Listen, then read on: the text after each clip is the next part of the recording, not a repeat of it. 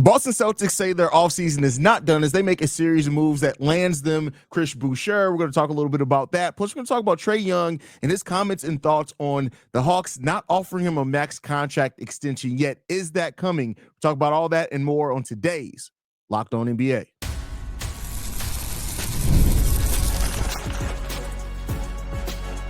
You are Locked On NBA, your daily NBA podcast. Part of the Locked On Podcast Network, your team every day. Thank you for tuning in to Locked On NBA, where it's every team, every day. I'm Hayes. I'm joined by the one and only Matt Moore. What's going on, Mr. Moore? Not much, man. Hanging out. Excited to have some news to talk about instead of us trying to conjure up content here in the dog days of August. But schedule a release is right around the corner. I'm always excited about that. Excited to get into it with you today.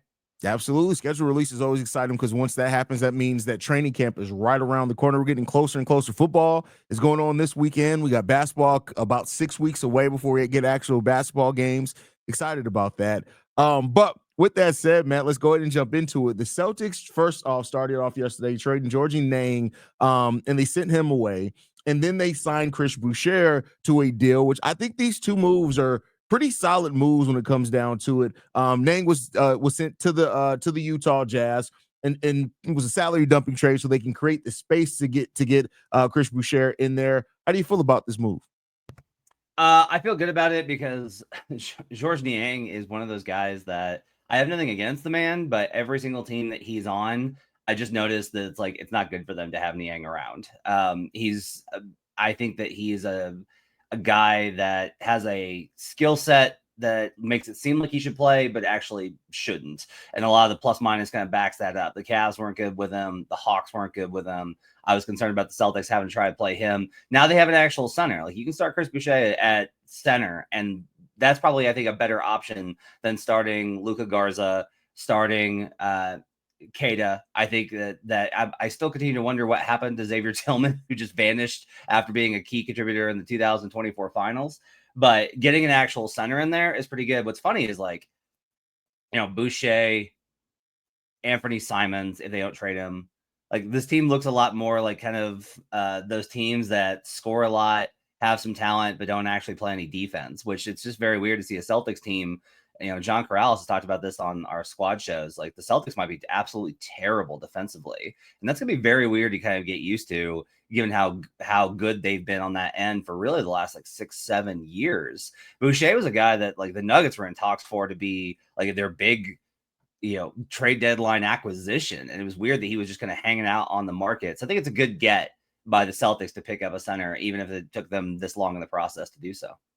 Yeah, I mean, the Celtics have been, more patient about this offseason than maybe some had thought. And, the moves that they've made are smart. Like, I like Boucher coming in here. I like them getting, Simons in there as well. And, I don't know if this team is going to be as bad as some people were expecting, which kind of leads us to the next part of the conversation that I want to talk about. Matt, how good do you think the Celtics are going to really be? How far can this Celtics team go? No Tatum.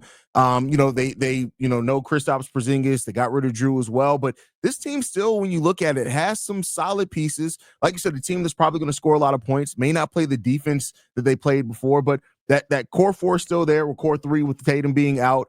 And you have some interesting pieces around them. How far do you think they can go in the East? Yeah, it's interesting that I think no one's really willing to rule out Tatum coming back. Everyone's like, he might get back. And I keep being like, there's no way he comes back. And everyone's like, he might. I mean, so if he comes back, I think they can actually make some noise, because that's just kind of what they're capable of doing. I've got him right now I do have him higher, I think, than most people do. I've got him for 46 wins. Okay. That's a pretty good team in the Eastern Conference. That's going to be in the playoffs. They're going to be in the postseason outright, probably as a 6 seed based off of that number. I think they can compete for a playoff spot. I think they can probably give somebody a scare in the first round if it's some team that's not ready for the precision they're able to bring to the table. A lot of this depends on what they do with Anthony Simons, right? If they make a move with Anthony Simons, they do something drastic. And the Celtics have been known to do big moves from time to time. If they make a big move, then I'm going to be, ready to talk about them again as a team that can win the East, even with the Cavaliers there and with no Tatum. But they need something like that. As of right now, I don't think that they're a lottery team. I don't think they're a sub 500 team. I think they're still going to be, with coaching, Derek White, Jaylen Brown, the talent that they have, Peyton Pritchard, a system that beats you with math. I still think that they're going to be 43 to 47 wins and a pretty good team in the East. Yeah, I have them, not to put a win total on them, but I do have them as being a really good team in the East still. I don't think they're going to, like you said, they're not going to bottom out. They're definitely not going to be a lottery team. I think they're way too talented for that, barring, of course, any injuries or anything like that. And something that I think has gone underrated. I know they didn't have necessarily the best draft, but they got two pieces in this draft, too, that I can actually see them developing to contribute. Hugo Gonzalez was one of my favorite players to go towards the bottom of that first round in that draft. And I think Amari Williams, too, is a guy that brings some size, maybe projects to bring some rim protection. He's just a raw player. And so I was kind of higher on what they did in the draft, considering their situation, than some people were too. I love that you pointed out the Anthony Simons one, like, because if they keep Anthony Simons, or have any type of plans or thought that they can keep him long term, we'll see how that plays out for him. But if they decide to flip him at the trade deadline or near their trade deadline, after seeing kind of where the team sits, they could be set up for a fairly sizable move that can get some talent in here that could help them on a playoff run. So I don't have them like winning the East or anything like that, but I do have them as a team that's going to avoid the play-in. And I really wouldn't be surprised if they end up making it to the second round of the playoffs either. Yeah, I mean, Baylor Shireman showed stuff last year. They've been working on Jordan Walsh from a projection standpoint for years, from a development standpoint.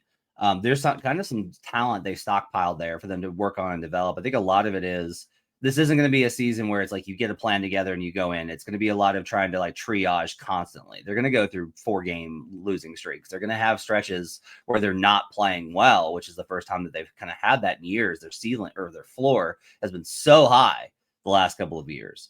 But they will, I still think, have those stretches where it's like, yeah, they've won 8 of 10. Like they're locked in and they're rolling, because they have the ability to kind of, especially I think in the NBA regular season, so much of it is just taking advantage of your schedule. When they hit those stretches against teams that aren't on their level of professionalism and execution, they'll still win, because those other teams can have the better top player even, but you got to have like the foundations of winning in place. And the Celtics do still have that.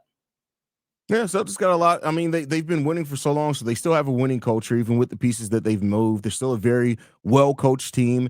And you said it earlier in the show, they're still going to try to win that math problem against you. And I still think that they have a lot of personnel that can do that. Now, they don't have the defensive ceiling that they had before, but they still have a really high offensive ceiling. And, you see how that works out. Let me ask you this. If you had to put a percentage on it, what chance do you put on it that Anthony Simons is a Boston Celtic past the 2025-26 season? Ooh, I would put a pretty high percentage on it. Not more likely than not. I'd say 60-40, he's gone. Like 40-60, he stays. Okay. I think it's possible they cleared Niang in order for them to have the kind of opportunity to be able to clear up space to do an extension, if it makes sense for them.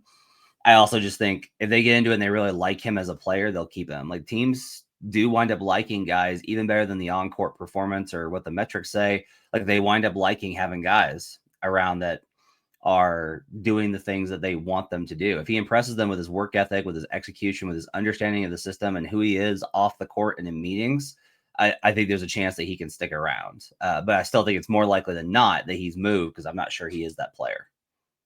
Yeah, I mean, the Celtics culture is going to be a big part of that, and the vision that they have for him and how much he thrives into that. I can see, them using him to his strengths. Now, that could be to eventually move on from him and to help market him, to trade him. It could be because they see a fit there long term. It really comes down to how much do they want to stay away from that second tax apron again, because you would think keeping him long term would also put you right back into that place where you're close to the second tax apron, which we know a lot of teams are trying to avoid. So I think that's a part that we can't ignore in any of it. But the Celtics are still, I say all this to say, and even in this segment, that the Celtics are still a very, very interesting team to watch in this Eastern Conference. And like I said, I got them as a second round team myself. How this team comes together, any type of other move that they decide to make to change that. But this is still going to be a very tough team in the East. Yeah, I'm with you on that. Yeah. But with that said, that's it on that one. Next up, we're going to be talking about Trae Young and his comments on not getting a max contract extension offer from the Atlanta Hawks. We'll talk a little bit about that. But first, we got to get into a message from Game Time. Have you ever decided at the last minute to head to a ball game with friends or family? Maybe it's a game day and you suddenly realize you want to be in the stands. That's exactly where Game Time comes in. It's the easiest way to grab last minute tickets without the stress. With the money you save on tickets, you can splurge on food, drinks, merch, or even invite a bigger group to come with you. Game Time makes that all possible. Game Time makes buying tickets fast and simple. Prices on the app actually drop the closer you get to first pitch, and they got incredible last minute deals, clear seat views, and a lowest price guarantee that takes the worry out of buying. Game Time is the official ticketing partner of Locked On MLB, making it easy to browse the app for exciting upcoming MLB games. Tired of the endless scrolling trying to find the best deal? Game Time's zone deals pick the best seats in your section for you. Seat views right in the app before you buy, so you know exactly where you'll be. Take the guesswork out of buying tickets with Game Time. Download the Game Time app, create an account, and use code LOCKEDONNBA for $20 off your first purchase. Terms do apply. Again, create an account and redeem code. That's LOCKEDONNBA for $20 off. Download Game Time today. Last minute tickets, lowest prices guaranteed. More Locked On NBA coming up next.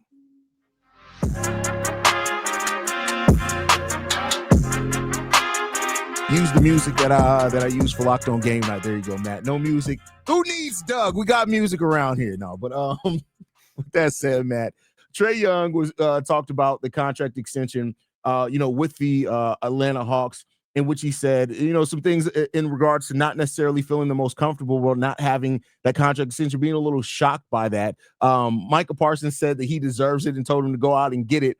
How do you feel about this in regards to Trae Young, his future with the Hawks, where he stands at and where the Hawks are right now as a roster?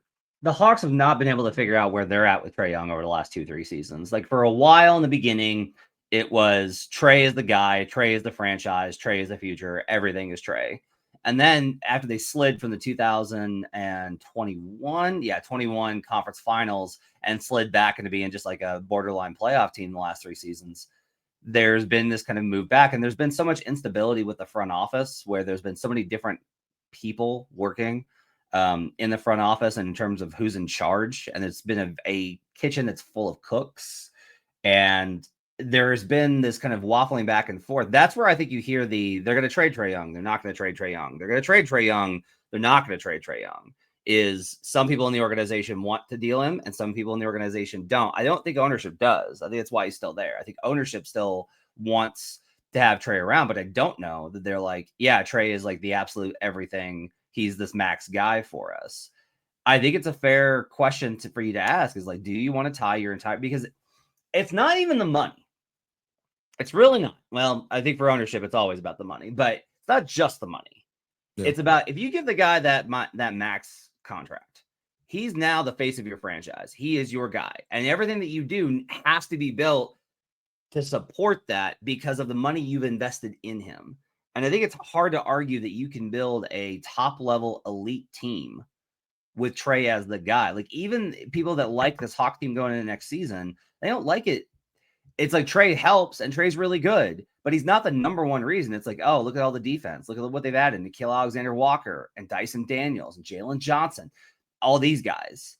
It's the way they built the team. And if that's the strength of your squad, why are you giving a max extension to a guy who still is a defensive liability, even though he did good work on that end? He really did put in a high level of effort last year. And still, to me, the bigger problem at Hayes is like, look, if he was a knockdown, no question shooter, I don't think we would have, like, he would be talked about as one of those guys. Even with the defensive problems, we wouldn't have this. But his shooting is always all over the place. We're never really able to get kind of like an estimation of where his shooting is going to be night to night, month to month. And that to me is like a pretty big concern. Like Trae shot 34% from 3 last season. He's not a sniper. He shot 45% from mid-range. That's really good. He shot 52% at the rim. It's not good enough. Like if he was as good of a passer as he is, as good of a floor manager as he is, and he was more reliable from a shooting perspective, you could justify the usage that he gets. But the ball is always in his hands for a lot of the shot clock. And at the end of it, he's not that great of a shooter. I don't blame the Hawks for being reticent on this, even though Trae's overall impact is still very high. Mm-hmm. He's still the engine of that offense, right? But I think I think he's, if I'm not mistaken, his assists per game have gone up every year over like the last 3 or 4 years, which is really good to see. And that's good, because as your team improves, you do need Trae to be more of a facilitator. Now the question is, and I love that you did point out the fact that he's not like, because Trae has this reputation as this knockdown shooter, because he can get absolutely hot and he torches the Knicks, and I love seeing all of that. I love when the Knicks are in pain, but it is still inconsistent. He shot the ball 34% from three last year. And I don't think that that's talked about enough. Like, the reputation that he has as a shooter doesn't necessarily always match the eye test when you see him actually play. And so and some of that may play into this. Now, they are also in a place where you can completely see them gearing up and going younger and focusing more on the younger players, rather than give him a max contract and maybe even move him. Like, that's not something that I would think is crazy or wild or outside this realm of possibility. It really, I think, comes down to how much they think that this build of this team can be competitive with Trae on a max level contract and as the engine of your offense. And he's fit in with the young guys so far, but who's to say that you continue to need that? Maybe you can use a different type of point guard. So that's what the Hawks have to evaluate. And I think you're going to see a lot more teams be in that place where they're more hesitant to give that max level contract, whereas before it was almost a foregone. Like, he's the best player on your team, you're going to give him a max because you can't afford to lose him for anything. Teams are now weighing that decision more, and I think also starting to look more forward to, all right, we got these guys coming up for extensions over this amount of years, which Cole's inside is going to be in the middle of his new deal. How does that work with financial flexibility? I think that's just smarter business for the teams, and it's what teams should have been doing. I still think they end up retaining Trae. I think he's going to stay there. I think he's going to get that extension. I think that the Hawks are set up to have a big season as well this year. But again, like I said, I wouldn't be surprised if we're talking about Trae Young being moved within the next 12 months either. I think what's interesting about it too is the market for him was, I think, a lot cooler than everybody expected, because there was a lot of conversations 2 years ago about him going to San Antonio. It was going to be him and Wemby was going to be the combo. And that was being pushed from his agency. Like, there's a lot of people around the league that was like, yeah, Clutch wants Trae in San Antonio. Clutch Sports, I think, very, very wisely identified that one of their clients needed to be Wemby's wingman, and they got Fox there eventually in time. But the Spurs weren't really interested in Young. They were more interested in DeJounte, but they were like, you're not getting your picks back. So, for Young, that value, I think, is really depreciated. Like, it's hard to find a team where you're like, what team needs him? Because we talked about this a lot with Orlando. Everybody was like, oh, the Magic should trade for Trae Young. Well, now you have a defensive liability on the floor on a team that's defined itself by defense. So you've got to find a team that can accommodate Trae. Not only, like, Trae comes with a lot. You've got to be able to cover for his defense. You've got to be able to accommodate his usage level. You've got to be able to manage all of the stuff that comes with his inconsistent shooting. And you have to have enough weapons around him for it to make sense for him to be able to provide the benefit of his passing.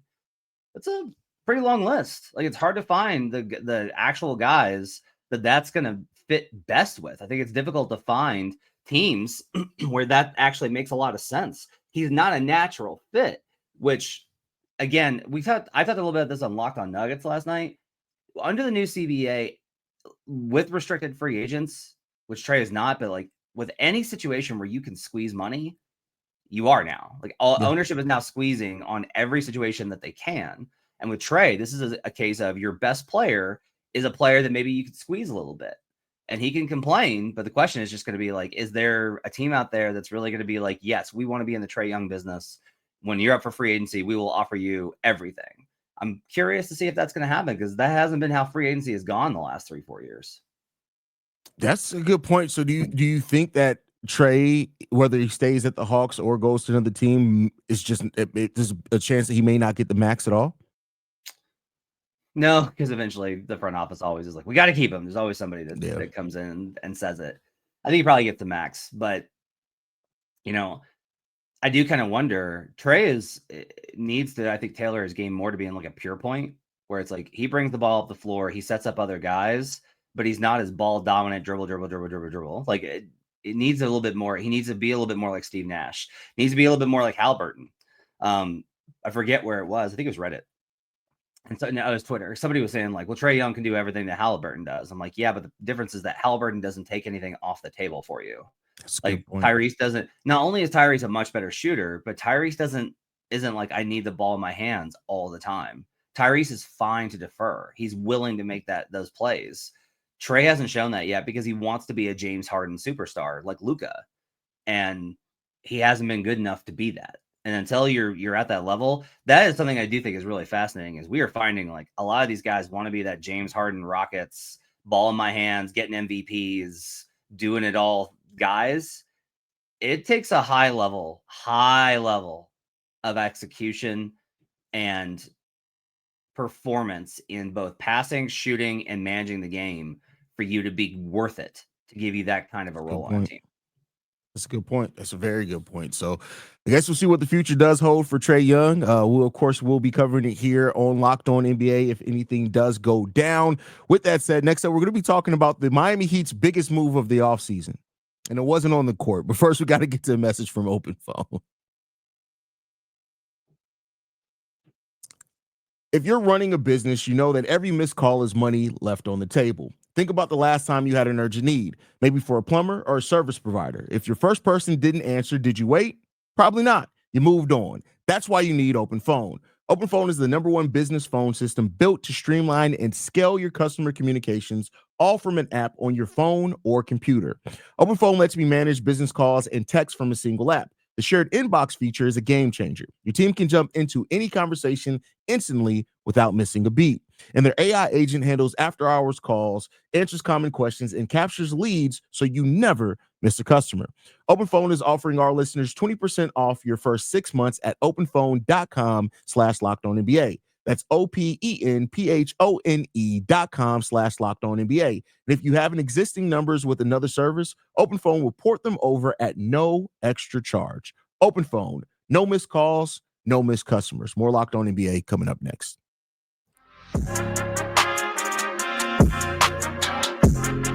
All right, Matt, last topic of the day, and I wanted to throw a fun one on here. I almost saved this for Friday, but it was just too fun for me to pass up. Call me petty, call me whatever you wanted. I wanted to talk about this with Matt. So a former Miami Heat security employee, he's 62 years old, by the way, has been charged with transporting and transferring stolen goods at interstate commerce. That he systematically stole over 400 game-worn jerseys and valuable memorabilia during his tenure from 2016 to 2021 with the Heat, and then later while working as an NBA security employee from 2022 to 25. It's estimated, Matt, that he stole over $2 million worth of memorabilia. How you feeling about that, man?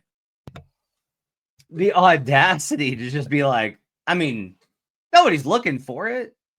Nobody's looking for it. Who's going to notice? Who's really going to notice? Like, he stole a LeBron James finals jersey. Yes. That they had kept for multiple years. Like, it was in a special locker for them to keep long term. And, you know, he sold it for $100,000. And that went at $3.2 million later at auction at Sotheby's. Which, by the way, is like, yeah, Sotheby's is definitely dealing in stolen art. Just heads up there. In this instance, Sotheby's was dealing in stolen art in this one particular instance. Yes. Lawyers that may be listening. It's crazy. I've been down in that arena, and I think I actually know the room. I think I've walked by it, and like, it's not surprising because in the arena, everybody's doing their own thing, and nobody really pays attention. Mm-hmm. So like, it's a crime of opportunity for sure, but the idea of just doing it over and over and over and over and over again, that's what is crazy to me. Is like, dude didn't go in there, swipe the LeBron jersey and be like, I don't know, I couldn't tell you who could have known where it would be. I have no idea. Strange. Must have been ghosts. No, dude comes back and steals 100 items. Yeah, it said that they found 300 additional stolen jerseys in his home when they raided it in April 2025. That's crazy, man. That's crazy. How is there not I want to know how they caught him, because it must have taken them a while to know. Here's what I do want to know. Was this a matter of they knew for a while that some things were missing and nobody ever really got around to doing anything about it? Was it that they knew something was missing, but they didn't have any sort of means of showing it? If so, how? There's security cameras everywhere. Or was this like, did LeBron or somebody come along and was like, hey, can we get that jersey? And they're like, sure. Oh. This thing's like half full. What is that conversation like? And who is that conversation held with the bosses up the chain at Kaseya Center and with the Heat of, so we have a locker that's got millions worth of gear and it's like half full. Where'd it go? Don't know. Not really sure. This is an amazingly stupid, but audacious scheme this guy launched into. You would think like he got away with it from 2016 to 2021. Like that's 5 years. You didn't stop working for the Heat and you switch over to work for NBA security. I would have just stopped at that point. Yeah. Like just stop. You've collected hundreds, millions of dollars worth of stuff over that time period. Just stop. You got away with it. And it's just like, I wonder because people who are greedy, it's always that one thing that they do that finally starts tipping people off that it's like, you had an opportunity to stop in 2021. It took them 4 years after that to figure it out. You should have just stopped. You should just stop doing it. Also, interstate, man. Yeah, the interstate part is crazy. That's where that goes sideways for you, sir. That gets into a whole other level of prosecution and investigation. That is not great. U.S. Attorney's Office involved. That dude's going away. For all of the crimes, that one is ridiculously stupid to be like, yeah. Oh, well, let me ask you this. What's stupider? More stupid, dumber? This or Gilbert Arenas running an illegal poker game out of his joint? The thing is, the Gilbert thing is because Gilbert can literally say, hey, I was just running it out. I had no idea. I had no idea. Yeah, I had no idea. Like that's a valid response there. This guy, this is stupider. Like there's nothing that you could do to get out of this one. You're done. That guy. No, I swear they followed me home. I didn't do it. They just appeared in my home. I'm being framed. Oh, but yeah. I just found that funny, especially with how the fact that a lot of Heat fans are talking about the Heat not making very many moves this offseason. Well, I tell you what, Perez was moving a lot of stuff for you guys over a large period of time. So there you guys go on that one. It's also to me crazy that this LeBron jersey was still in there because he was in there from 2016 to 21. Yeah, right. So like 3 years after the Heat are in the finals, this jersey's still in there. So there's like nobody like curating, managing, itemizing. They're just nobody check no inventory. Like you would think you want to do like once a month inventory or something at least on it. I don't know. Like maybe they do, and maybe it's just like nobody checked on it because they were like, we don't need to check on it. We have security guards. Of security guards. Oh, that's just funny. Let us know what you guys think on all that and all the topics down below. Anything left, Matt, before we get out of here, man? Nope. I think we're good, man. We'll see you back tomorrow for more hijinks. Absolutely. Make sure you guys are checking us out over on Locked On NBA. Make sure you guys hit the subscribe button on the YouTube side. And do us a favor, by the way. Even if you're a YouTube watcher, go over to the podcast feed. Just hit subscribe on the podcast feed. It helps the podcast grow and vice versa. If you're a podcast listener, you like having us in your ears, great. Go over to the YouTube channel, hit that subscribe button, help the channel grow, help more people find us. For Matt Moore, I'm Hayes. This has been Locked On NBA. We will see you guys tomorrow, man. Peace, y'all.